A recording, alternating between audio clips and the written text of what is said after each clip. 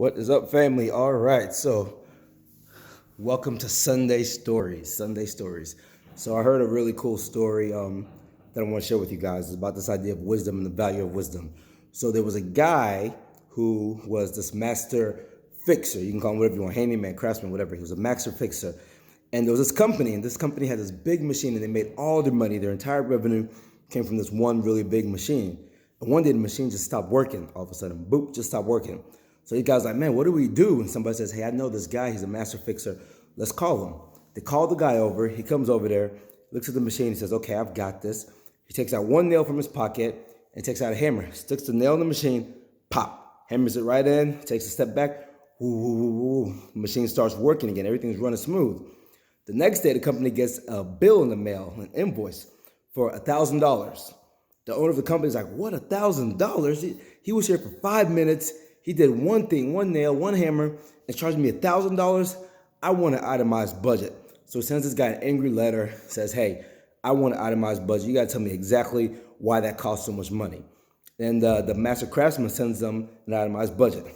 Line 1 says, hammering nail into machine, $1.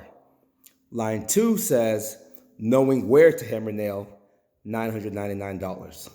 I want you guys to get this, all right? Sunday Stories, all right? There's a lesson in here. Sunday Stories, I want you to get this. The knowledge, the know-how is what's valuable, right? It wasn't the fact that he was out there for 5 minutes and he took the nail and the hammer and hammered it in.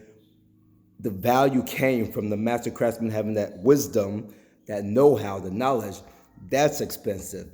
That's important. And, I'm thinking about I've had a lot of great people guide me in life, starting with my parents, of course, and my siblings. A lot of great people guided me.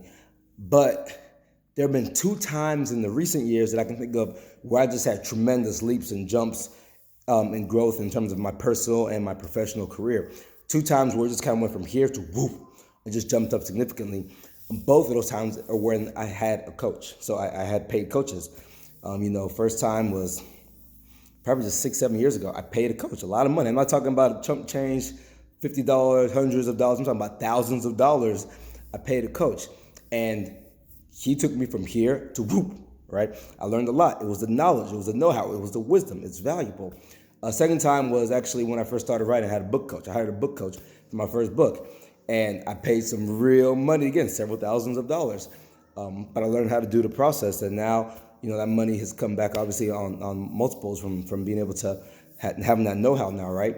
But just the value of wisdom and knowledge. I'm not telling you guys to all go out and hire coaches or whatever. Honestly, only a few select people in life are going to be the type of people who go out and get coaches. So I'm not sitting here telling you guys to do that. However, I'm telling you, do whatever you can to obtain knowledge, to obtain wisdom, because that wisdom, that knowledge takes people from here to here. It's that value. It's valuable, right? A lot of people go into life thinking, I can figure this out by myself. I'm just going to go in here. I'm just going to do this, do that. I'm going to figure it out. DIY, do it yourself. Keep on doing it yourself. I'm telling you now, you're going to get left in the dust by people who are getting mentors and who are paying coaches to teach them how to do it, all right? So it's that knowledge, it's that know-how. Next time you're in that situation and you're thinking, should I try to get somebody to show me, to help, and you don't want to humble yourself to say, hey, I need help, I'm going to ask you, remember this Sunday story.